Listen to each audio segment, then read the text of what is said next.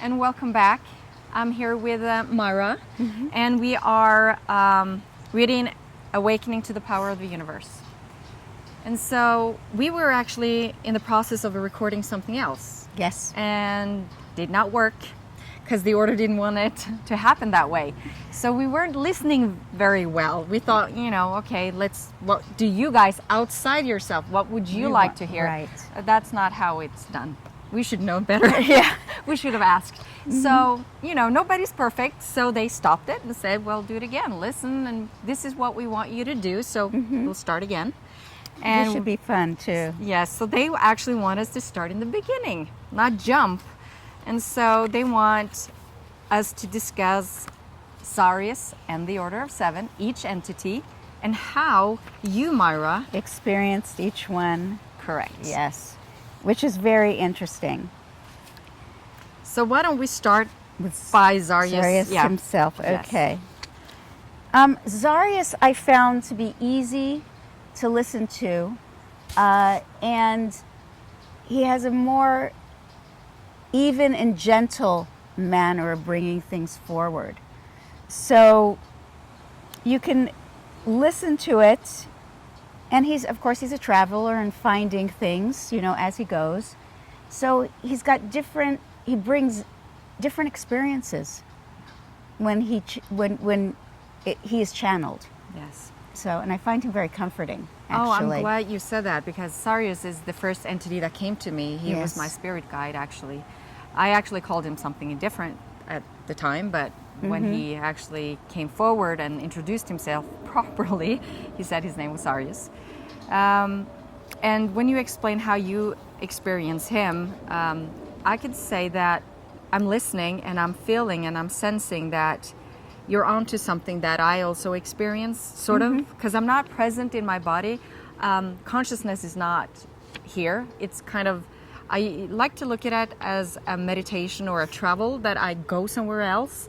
And sometimes if people ask me, where do you go? Because I did have that question once. Right. I had to go inside and say, where do I go? Because I never really, doesn't matter. You never thought about it, no, right? Yes. Because nobody asked me. And so, I go to Tressler. There's a beach on Tressler. It's another planet for those who has read the book. And that's where I spend my time. It must be interesting over there.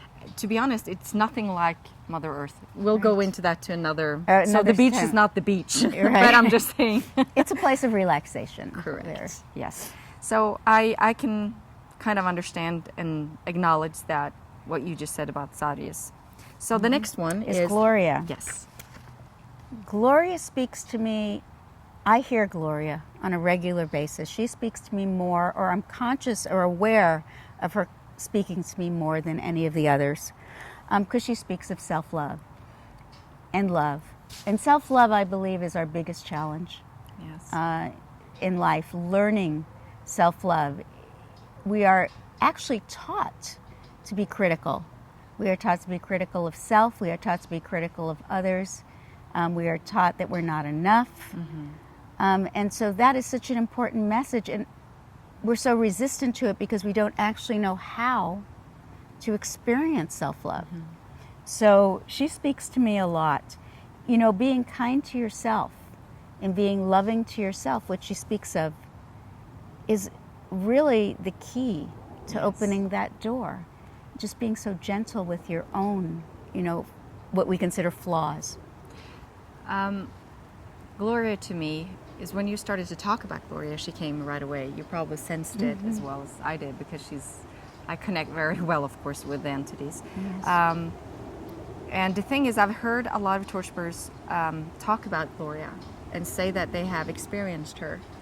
And I believe, because we humans have such a hard time finding that self-love, and she is I don't know what it's in English, but she is unconditional love. I mean, that's who she is. That is that energy. Her essence. Her essence, yes. And so you get really peaceful when she's around, and she gives you peace, and it comes from your heart.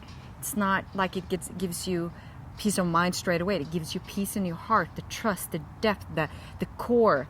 And so it gives you the ability to trust in yourself And even her presence and her voice is so comforting and so quieting that it's something that you look forward to and enjoy the experience of. Well put. Okay, so next is Grogan and Tressler. Okay, now Grogan, he's got a very deep voice. I find several of the entities a little bit intimidating, and Grogan is one of those entities because it's always very serious, and the channelings are always messages that have a lot of depth to them. You know, it's something that you have to take in and consider, and he's always giving advice and guidance, and therefore you have to go inward and think about it, and go inward and seek. The thing is, the only way to understand Grogan's messages is really to connect with your soul. Yes. Because they're so way out there sometimes, and he uses the way is it symbolism that you call it? Like symbolism, yes. He uses the universe a lot to explain and get his messages forward so that you will understand. But it's not possible if you try to understand it through your thoughts. No. So like you said, you have to go inward and you have to kind of search, and when the time is right, that's the thing, when the time is right, you will get the message. Yes. But if you don't get it the first time, don't worry about it. There's a reason for them to bring forward that message, and you will see it. And another aspect of it, because, and don't be intimidated by the fact that you don't get it. It's information, and all information is useful and is used when we need it. Yeah.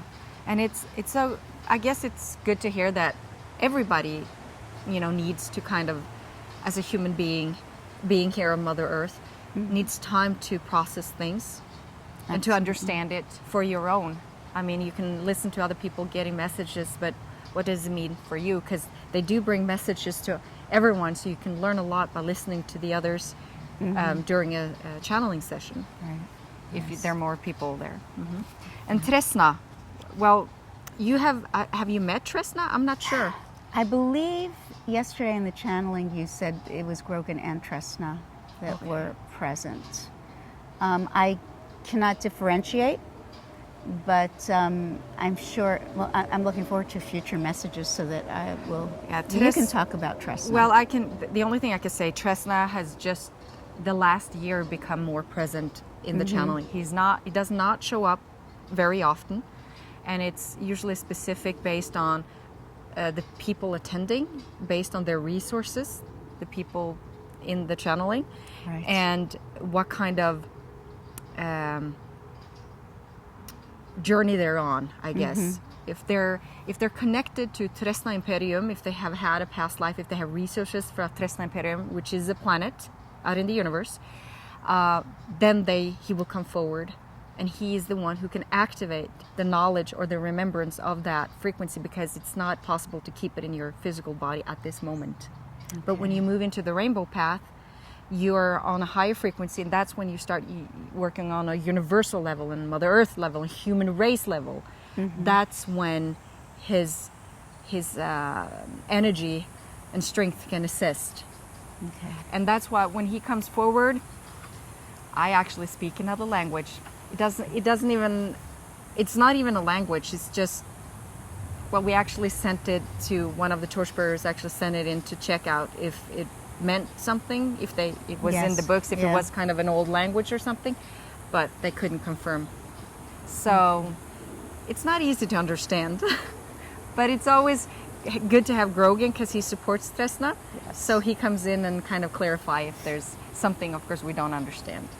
So I'm sure we're going to hear more from Tressler right now as time passes. Impala. Yes. Impala to me is also, he talks about stillness, right?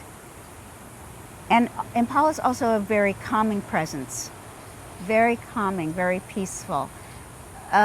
Soft, also another softer voice, not as deep, and just really telling you to connect with that stillness. It is very difficult for a lot of people, even for myself, when I started doing this work to connect with stillness. Very difficult because the mind, chatters a lot. And when you talk about that stillness, we humans usually associate nature with stillness and peacefulness and all this. And he represents Mother Earth in the order. So he often speaks about Mother Earth and the animals or nature and the elements and how they can support us and how we can activate resources and how we can find that stillness. Right. Yes, stillness within, and for Earth and human race and everybody, everything, because it's all part of the human soul experience and manifestation and universal experience. Yes. Okay, I'm next smiling. one. Ikna. Yeah. Okay. I am always afraid that Ikna will speak to me. And the good news is he rarely does. I've heard him speak to others. He can be extremely sarcastic. And it's almost as if he's putting you in your place when he speaks. And it's never mean, but it's sarcastic. So there's an edge to it. I mean, he talks about the ego and moving away from your ego mind and ego self, which is I think our biggest challenge. Our biggest challenge as human beings, because most of us have been taught since we're very little to, all we know is our five senses and our ego. And to separate yourself from that and move inward and recognize the difference between soul speak and ego speak is really challenging at the beginning, especially. So you could say, Ikna, you really challenges your ego. Yes, challenges your ego, for sure. So if you feel intimidated or you feel threatened or you're angry at him, hey, it's your ego speaking. Yes, but truly, I mean, I've heard him speak to others. And it's like, oh my God. Yeah. But he does have a great sense of humor. He does have a great sense of humor. I love his accent. I love the way he speaks and comes forward. And people generally laugh at what he has to say. So it's said with humor. Yes. And kindness. Yes. Yes. I actually love Ikna too. I do. I love it, but... I mean, he can be brutal, honest. Exactly my point. But we need that sometimes. So. Inspiria. Inspiria, of course, is the feminine. Yeah. Right? The feminine, very feminine. Love, heart, joy, creativity. Right? Moving forward. Your soul, freedom of the soul, and power. So she's just a force of nature. Yes.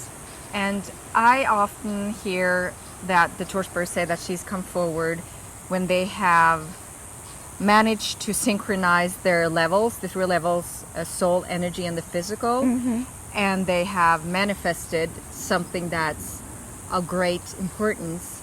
The human mind might see it as great importance, but it is really, everything is of importance. Yes. And she's very inspirational, and she's very good at giving. She's a cheerleader. Yes, she is. She pushes you forward and raises you. Yes, there you go. Raises you up. Yeah. So absolutely. She's a wonderful presence. Yes. So Truly. we could say, to summarize, we have the two feminine energies. That's Gloria and Inspiria. Right. And the other ones are more masculine in form. But Tressler, I wouldn't even say, has a masculine or feminine essence essence or energy. Yes. Yeah.